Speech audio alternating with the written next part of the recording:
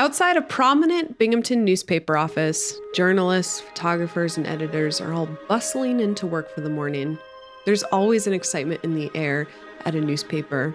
An exciting job to tell the freshest and most pressing news of the day. But this day in particular, there's a special kind of buzz in the air. Their latest issue the night before has broken the story for anyone else about the well-known factory fire at Dr. Kilmer and Company. And it's a juicy story. Who was it that actually set the fire? Who would gain from it? And more importantly, who should suffer the punishment for it?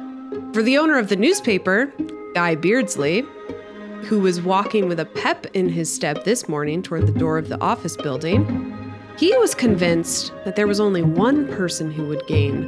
One man who already had everything but only wanted more. But now everyone would know what kind of person he was, thanks to Guy's newspaper. The newspaper owner almost reaches the door of the office when he hears a man call his name. Mr. Beardsley? Guy turns around to see a neatly dressed man holding onto a packet of papers. Yes, he replies. The neatly dressed man hands the packet of papers to Guy and states calmly, "You are being sued by Dr. Kilmer and Company for libel." Guy is speechless and looks up at the man to argue, but that's when something catches his eye across the street, or rather, someone. There, standing in an expensive three-piece suit and a wooden cane in his hand, is the man himself. The man lifts his cane and puts his hand to his hat in order to tip it at Guy, a wicked smile across his face. So much for the free press, thinks Guy, as the wealthy man jumps into a shiny, expensive new automobile and accelerates recklessly down the road. I'm Karyn Harding, an amateur genealogist, and I've spent an embarrassing amount of time and money unlocking the stories of the people who had to exist for me to exist. And I'm Kim McMasters, a millennial with no interest in history, having kids, or leaving a legacy of my own. And you're listening to Low Ancestry. Each episode, I'll share one story from my family tree with Kim, proving that ordinary people like me, with ordinary ancestry like mine, have compelling and sometimes scandalous or heartbreaking stories buried within them.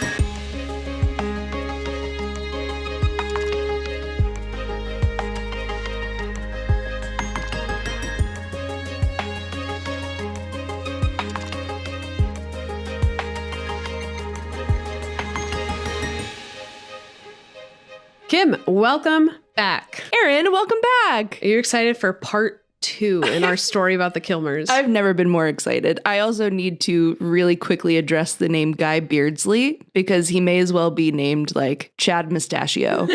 It's just like a generic man name. Such a stupid Is he a real person? He's a real person. Oh my goodness gracious. And his name is Guy Beardsley. Guy Beardsley. Does he have a beard? Because if he doesn't, I've never seen a picture of him. I assume so. let's get our Best men on the case. Get our best men on the case. We need to know if Beardsley had a beard.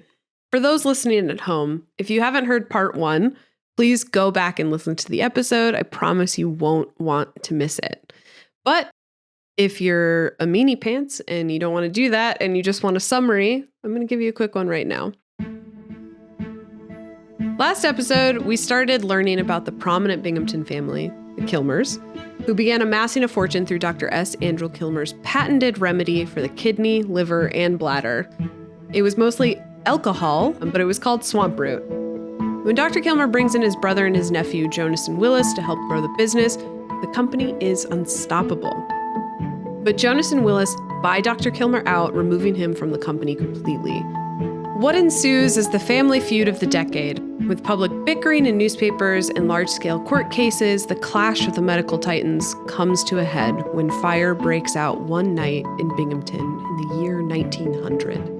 That fire just so happens to be at the factory of Dr. Kilmer and Company. Now, authorities almost immediately clock it as arson, no doubt. And they arrest 2 men whom witnesses reported seen at the scene of the crime. These 2 men start the fire, but I won't even trouble you with their names because they immediately start pointing fingers. Kim, who do you think they start pointing fingers to? The 2 men? Yeah, just at each other. I think they start pointing at each other. This is a fire at the factory of the company. Yes. They could very well point their fingers at the man himself. Which man? The doctor. Oh, the good doctor himself. And be like, you hate that company is this, so we're blaming it on you.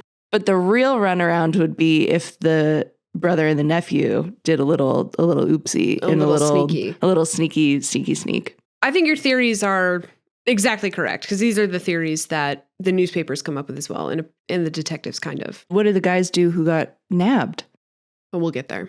It seems straightforward, because according to the two men, they were just completing a job for someone named Ulysses Kilmer. This is Dr. Kilmer's oldest son. Oh. And the two men who started the fire, they say he's the real perpetrator. Ulysses told us to do it. Ulysses is arrested immediately and he goes to jail. It seems so straightforward. Ulysses has the motive. His father's been so irrevocably wronged by his uncle and cousin. And so alone. It makes sense that he'd want to hit them where it hurt them the most. Their business, case closed. Or is it case closed? No, it's never so simple. It's never so simple. That's crazy. Hasn't HBO taught them anything? Yeah, if I've ever watched Succession and I haven't, I know that this is not how it ends. No, of course not. Someone's always a couple steps ahead. When the men who committed arson go to trial, they immediately recant their statements. Of course they do. They stop pointing fingers at Ulysses and they start pointing them at the detectives in the case. And they say when they were arrested, the detectives pressured them to blame Ulysses. And without the word of their only witnesses, the police let Ulysses go. And he's exonerated of all his accusations. I haven't been able to find any documents yet declaring what the Binghamton police finally say in this case, like what their conclusion is. So I can't say what really happened, and I sort of doubt that the records exist.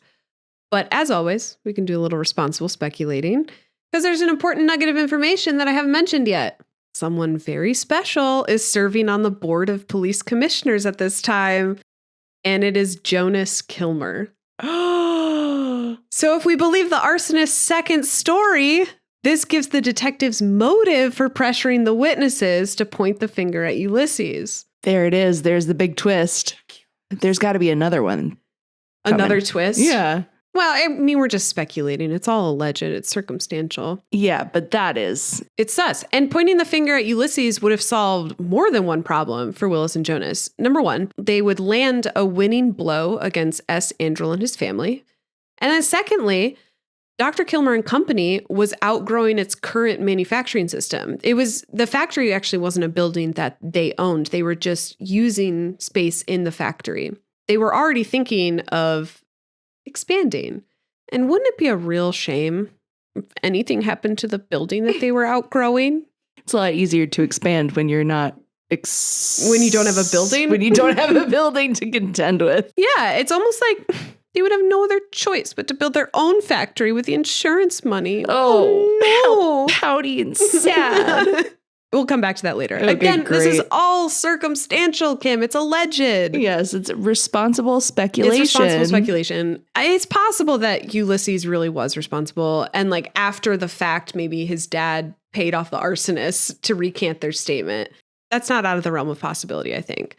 But it's not quite as exciting as like Jonas being on the board of police commissioners. I think you can keep flip-flopping it back and forth a little bit, and maybe it just keeps going and they keep, recanting. They just keep ping-ponging the blame around. Wouldn't you if you get paid to change your story? I absolutely would. I don't know that they're getting paid because honestly, I think the only losers in this whole trial are the arsonists themselves.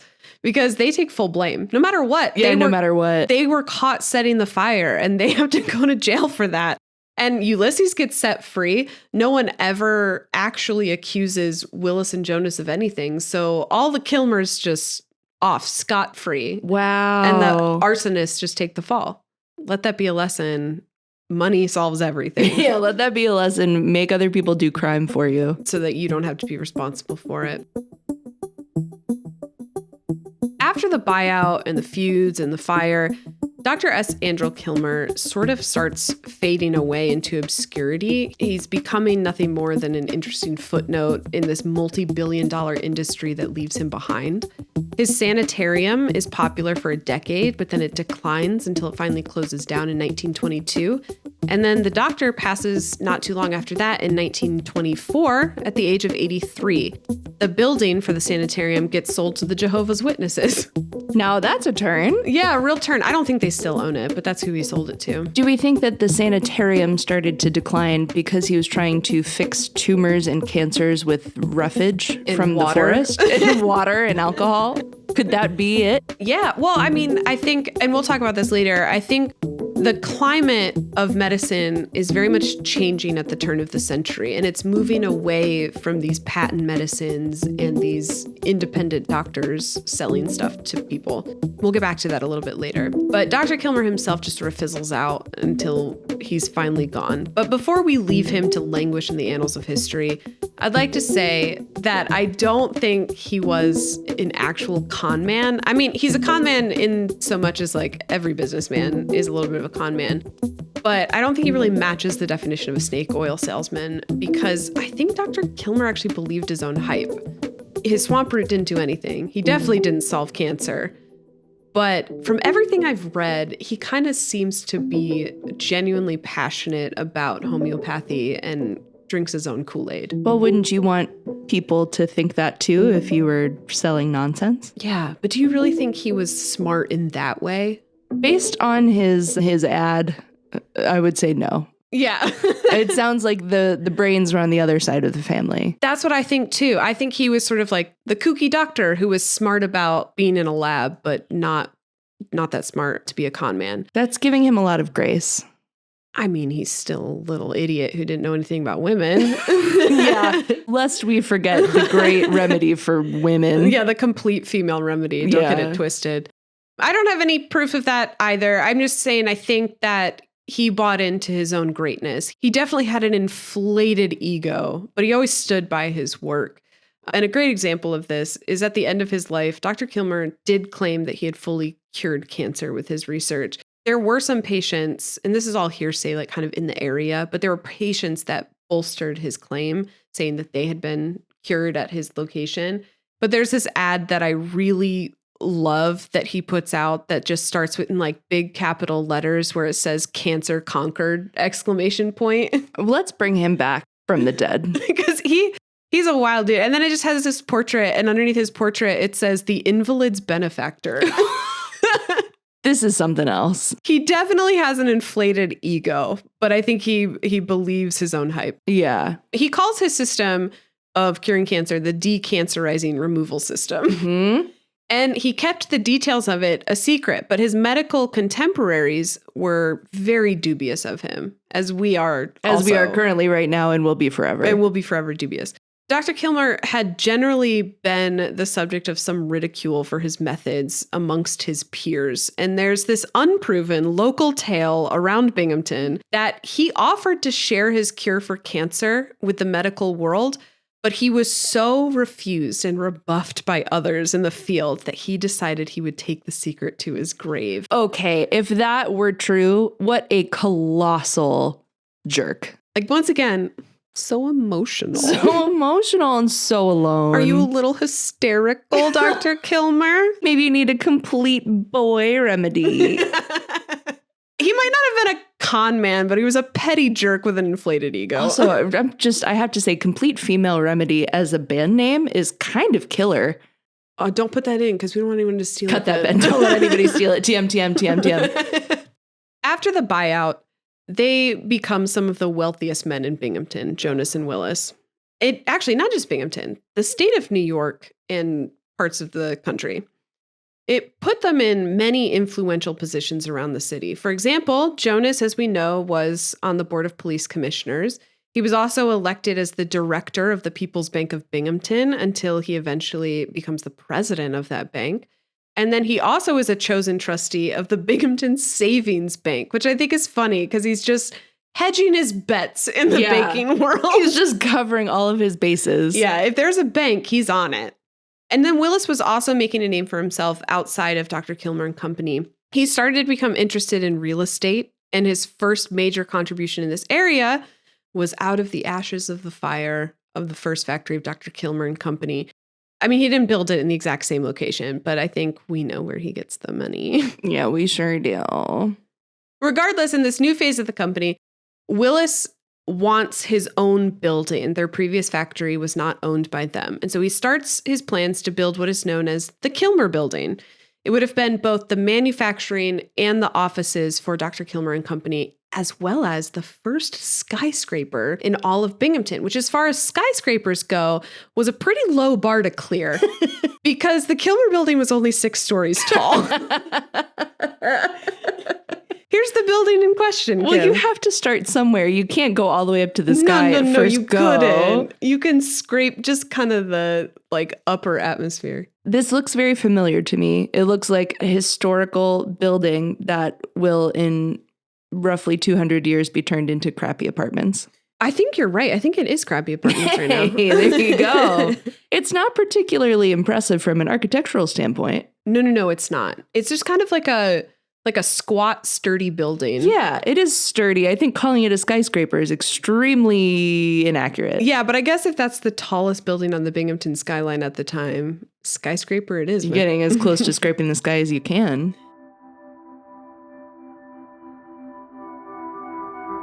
The comeback story of this huge family feud and the factory fire is one that people are still talking about with awe and wonder today. Let me read you how the website for the Kilmer building puts it from the year of our Lord 2024. Here we go. In their about page for the Kilmer building, they write, Binghamton's first skyscraper rose like a phoenix from the ashes and served as a symbol of the grandeur of Willis Kilmer's life and the fortune he amassed. Subtle stuff. If that's the symbol of your life, this squat building. Yeah, it's like, okay, you lived. You did it. Good job, buddy. It's also just really indicative, I think, of how the city talks about the Kilmers. Yeah. They love these guys. I mean, did the Kilmers put a lot of money into the historical society who wrote the thing about the thing? Exactly. We know how this goes. The intent of the Kilmer building was solely for the use of Dr. Kilmer and Company. But by its final construction in 1904, Willis is going to need it for another brand new lucrative adventure. But for that, we do have to rewind a little bit back, even before the fire, to 1899. In 1899, the Kilmer name is kind of having a hard year. Sure, it's a trusted medical name, and it's a name connected to immeasurable wealth. But it's also a name that's now being associated with messy family feuds. And the Kilmers are becoming known for just being a messy, messy family. And if it couldn't get worse, Willis starts to go through a very public divorce. His wife, Beatrice, files for divorce in the state of New York, and she names 13 offenses made by Willis Kilmer under which she should be granted the divorce. Whoa. I don't know exactly what these offenses are, but the rumors were plentiful. There are rumors of Willis's many infidelities. He's known around town as something of a dirty dog. Oh, boy. And then there were rumors of cruelty. The most cited alleged incident is that during a marital fight, Willis throws a bottle at Beatrice and leaves a mark on her eye. Oh my God. Exactly. Boo. So 13 offenses is a staggering amount of offenses. That's there. You probably only need just one to get divorced. You only need just one. Actually, she isn't granted the divorce in New York, and she has to go to Pennsylvania to get it. Nonsense. Nonsense. New York, sort yourself out. The papers get a hold of these stories and they run with it. Willis was slandered constantly. And I think people loved to hate him and hated to love him. Beatrice was this beloved socialite from New York City, and Willis was this prominent businessman who took no prisoners in the industry. They were essentially soap opera characters, and so much so that the prominent newspaper of Binghamton at the time, the Evening Herald, ran stories about Willis constantly. There were stories about his divorce being finalized in the year 1900, as well as the factory fire in that same year. And then there's more about the family feud all around this time. Then during the construction of the Kilmer building, there's a fatal construction accident, a really horrible accident where someone actually gets beheaded.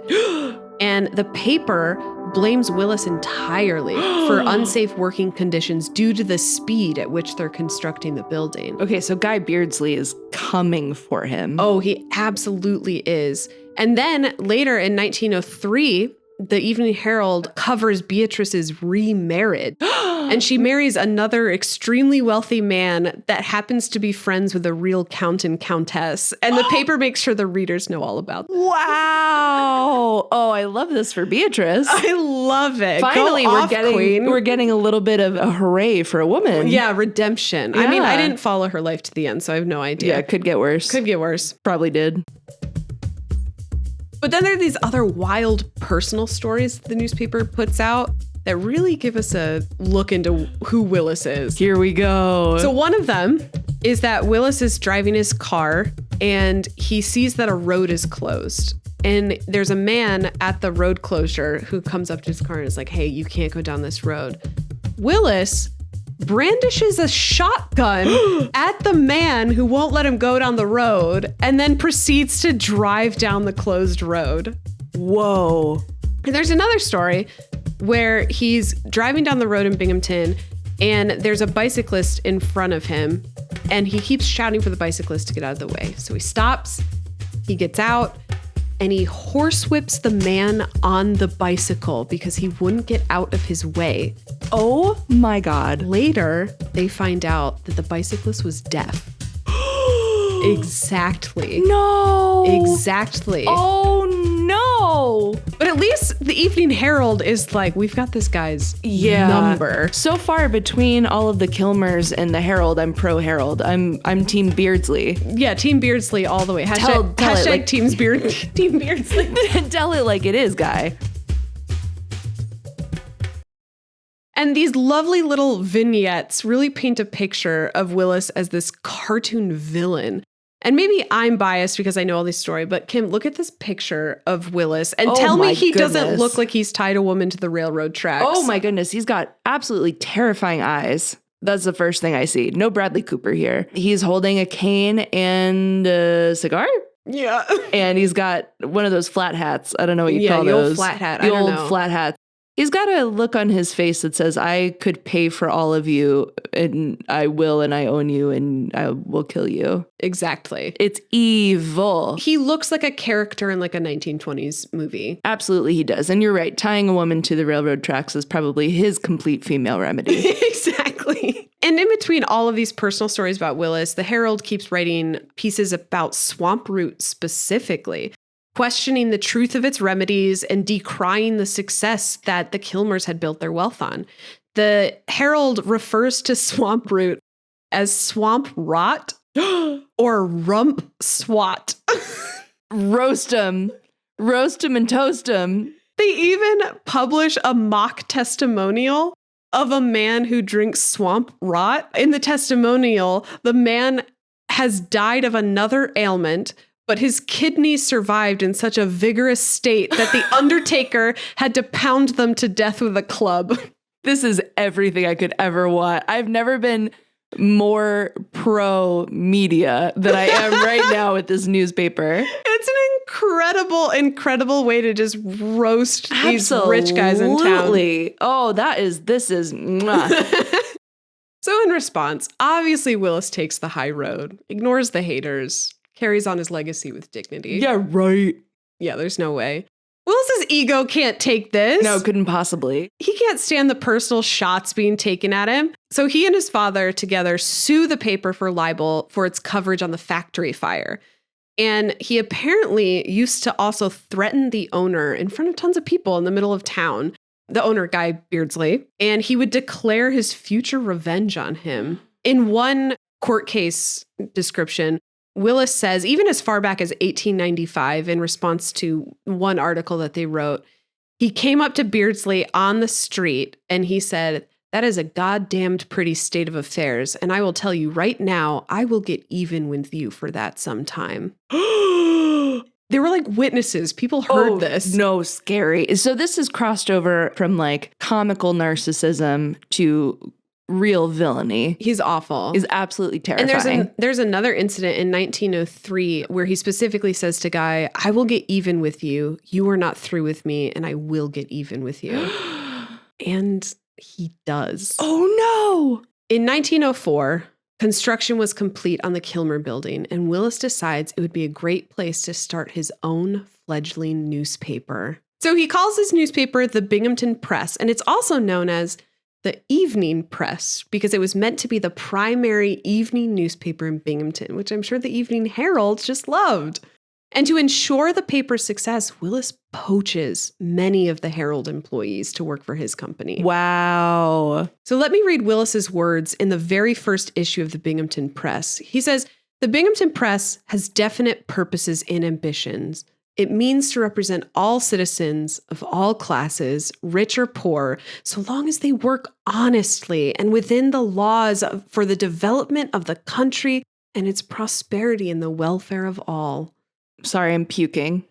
These are rich words from an alleged arsonist and perpetrator of domestic violence. Yeah, these are rich words from a rich guy. And then he goes on to say, the Binghamton Evening Press, as the name indicates, will be published as an evening newspaper, which is the newspaper of the present and the future. Okay. It's so direct. The advertising genius is coming through. Yeah, he knows what he's doing. Yeah. He knows his audience. And then there's this insane cartoon or like picture that they put on the front page of the issue. Kim, please look at this nonsense. I'm not entirely sure where to start.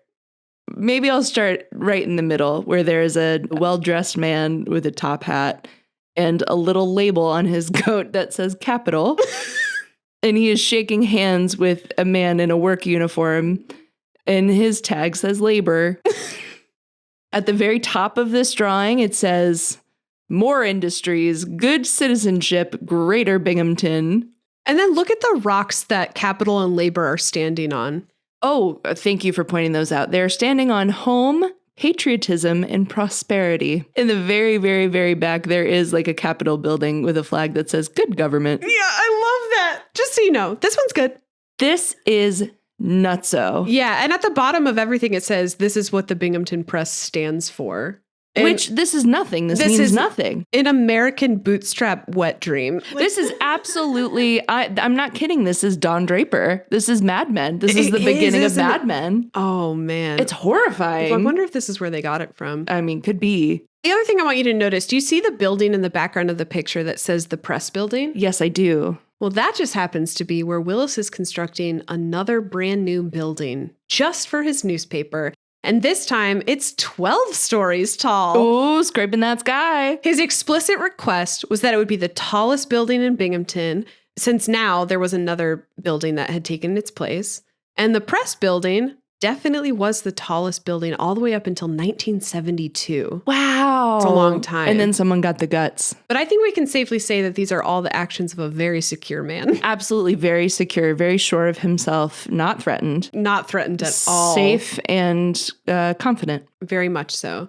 So as crazy as Willis was, Binghamton loved this guy and they loved supporting him. And once he entered the news business, it was only ever going to end one way.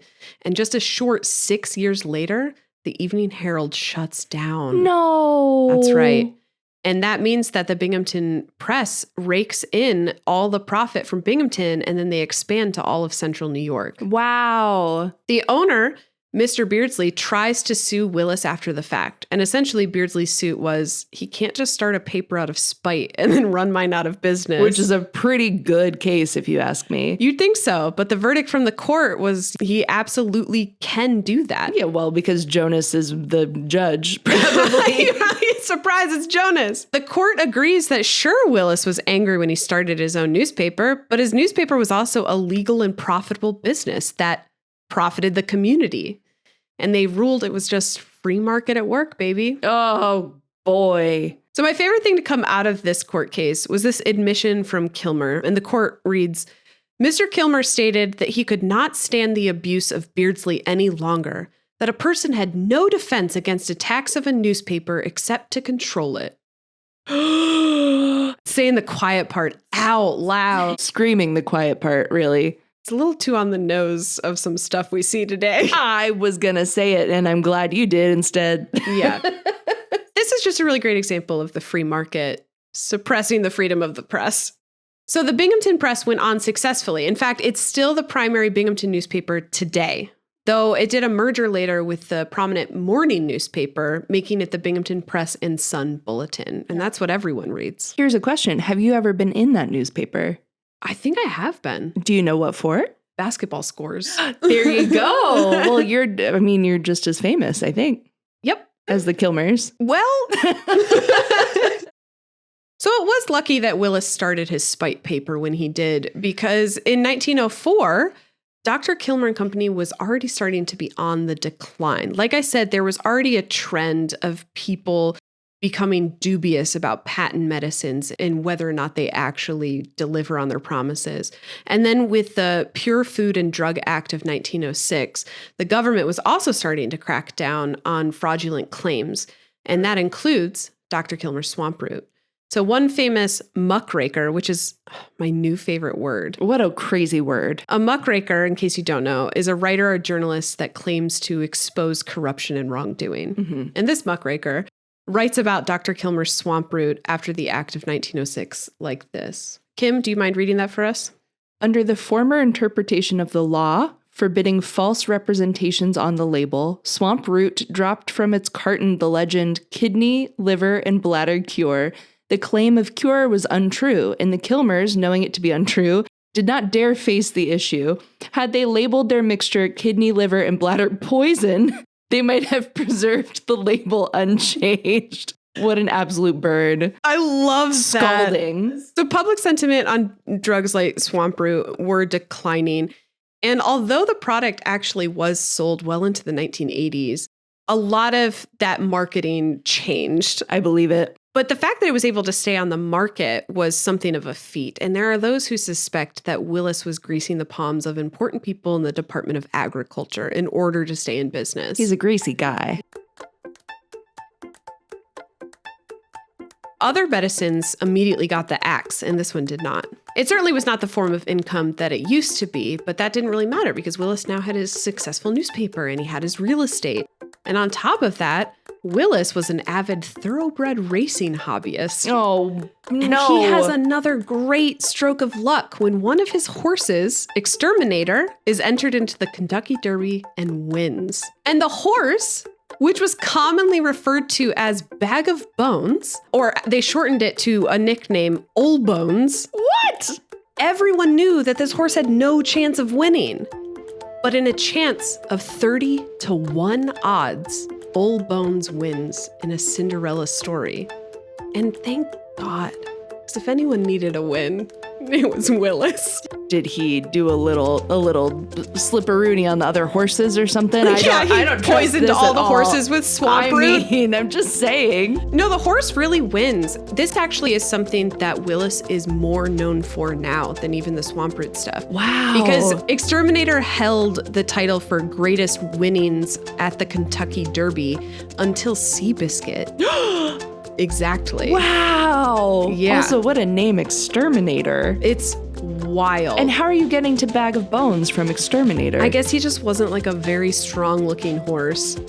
But if you want, you can visit Exterminator at his grave in Binghamton. It's a very prominent grave. Oh. He's buried next to his favorite companion, a small round pony named Peanuts. Apparently, everyone said that they were inseparable and they never went anywhere in the pasture without each other. Oh, that's the real win of this story. This is the only people I'm rooting for now. This is a picture of Exterminator and Peanuts. Oh my goodness. Oh my goodness. Now, Exterminator looks like a horse. That's a horse. That's just a horse. That's a capital H horse, and Peanuts is just a teeny tiny little baby. Just a boy. Oh, I love that they're best friends. Yeah. Oh, that's cute. That's cute, and that's way better than any of these idiots we're talking about. I know. Let's focus on Exterminator and Peanuts. Old Bones and Peanuts. Yeah, that would be a short podcast, if I'm honest. Just Old Bones and Peanuts. Yeah, just probably an episode. Willis gets the win, and he keeps building stables and sending horses to the races. And he also gets a badge of honor from the U.S. government. And this was during the time of World War I. He didn't get it for fighting, of course. That'd be crazy. He got it for donating his luxury yacht, Remlik, which is Kilmer backwards. He donates it to the government for World War I war efforts. So I think it's good that we've acknowledged his brave sacrifice. He's donating a luxury yacht to war? What are they going to do with that? They turn it into a battleship. Oh my goodness gracious. Oh, ew. He doesn't deserve a badge of honor for that. He gets a badge of his brave sacrifice. You spent too much money. Congratulations. Yeah, you're honored about it. Ugh. And the Kilmers just sit on massive amounts of wealth throughout the 20th century, though their power does somewhat decline in Binghamton as they get older. Jonas dies in 1912. S. Andrel dies in 1924. Willis marries 2 more times and then dies in 1940. And from what I understand, he actually spent less and less time in Binghamton, and he spent a lot of it here in Virginia. Really? Yeah, near Urbana. He had an estate there that he also named Remlik. Cool. And he builds a state-of-the-art racing stable there. Today, the hamlet outside of Urbana is still called Remlik, and you can visit the Remlik Marina, which is where the luxury yacht used to sit before he donated it to the war efforts. All right. Well, we've got a live episode coming your way now. Yeah, we gotta go see it. Live from Remlik. So the influence of the Kilmers lessens over time, but they do just fine. And they leave a trail of old buildings and a strange legacy behind them, which does bring us to the end of part 2 of our series. Kim, what kind of resonance do you get from these? I resonate the most with peanuts, if I'm honest. I know. It's really where my heart Peanuts. lies. I feel that you took probably the worst parts about our country, some of them, and put them all together. Cops, suppression of the media, Yep. extortion, Yep. identity theft in a way. Yeah. It's just all the worst things together in one lovely package. And all of it's tied together with just massive amounts of wealth. It's just horrible. I mean, to be honest, relative to some of the other displays of wealth that we have seen in our time together, it's not the worst. Yeah, but we can sort of see how Willis and the others were laying the framework, Yeah. laying the groundwork. Now, here's a question. Do you feel connected to these folks? That's a great question. And actually, I am going to talk a little bit about that. Hey, hit it. My resonance is usually in these stories about how these legacies like directly shape me or directly affect me and my family. And with the legacy of the Kilmers, it feels more like we're shaped by our exclusion from it as opposed to like our participation to it or our relationship to it.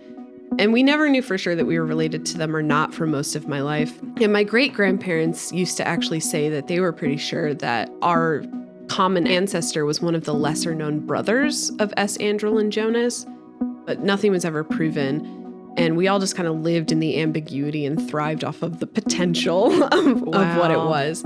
But a really concrete example of like just kind of living in the ambiguity is a story that my uncle once told my mom.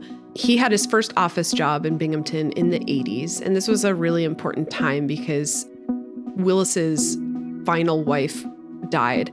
And in her will, she would give a certain amount of the wealth to anybody who could prove that they were related to the Kilmers. So everyone was talking about it. And at this office job, my uncle, his name was Kilmer, obviously, and then he met a woman who also had the name Kilmer, and they start talking about it, and she knew for sure that she was related to the famous Kilmers. And my uncle joked that maybe he was related to her too, and she got really serious and told him, no, there's no way. And like was really short and rude with him about it, as if like my uncle was trying to get in the will. Wow. I think like that's such a great example of how these famous Kilmers were like this bright star in the city, and we're all just like orbiting around it. And it felt like our importance hinged on whether or not we were connected to the story. And when I first got into genealogy, this was like the thing that I was most asked to prove or disprove. And the truth is, none of my ancestors were siblings with Jonas or S. Andrel. But my ancestors at the time were living in a dilapidated cabin on a mountain outside of Binghamton. Wow. So living a far less exciting or wealthy life. Yeah. But we definitely are related, though much more distantly, as we know. We have the very first Kilmer who came to America in common. So 1710 is where the commonality is. Yeah, exactly. After 1710, though, everything separates and we're in two very, very separate lines. But I do hope that lady from my uncle's story is listening. We're related, so back off. Yeah, so give us part of the money. Now, this really is very interesting to me because I think the choices that we make in terms of like excluding or including ourselves in the narrative of our ancestors is very, very complicated. Mm-hmm. Something that you talked about in the last episode was the way that we try to connect to places that are far away in our ancestry. Something that I find very interesting is how often people can choose what they want to connect to and what becomes important.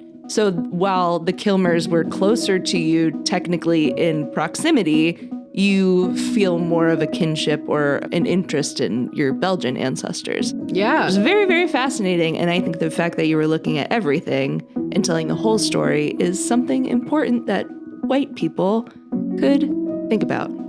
What I learned when I was researching this for my family is that I very quickly felt that it wasn't important anymore whether or not we were related. There was just something very important about us talking about it or feeling like we were a part of it, even though we weren't. And it just felt like one more way that we were showing that we were here too.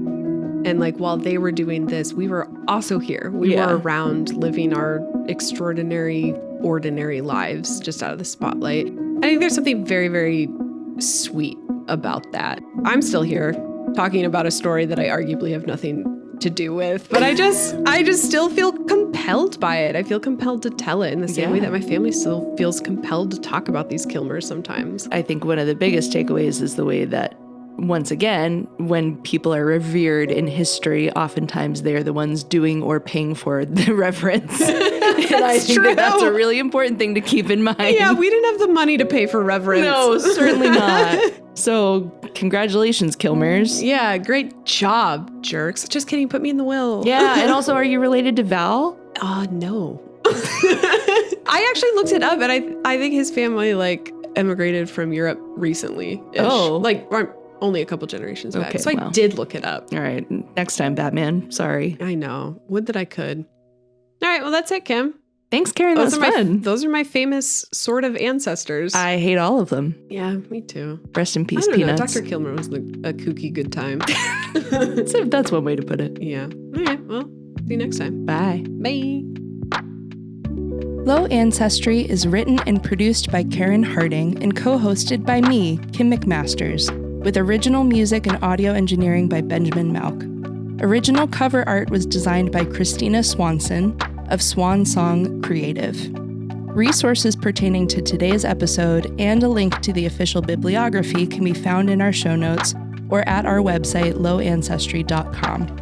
All research was conducted by Karyn, but she's been known to be wrong on occasion. So if you'd like to connect with Karyn or even send her a correction, you can email us at connect@lowancestry.com or find us on Instagram @lowancestry. Genealogy is, after all, a community effort. Thank you so much for listening, and if you like what you hear, don't forget to rate, review, and subscribe wherever you get your podcasts. We'd love to hear from you, and frankly, we really need this.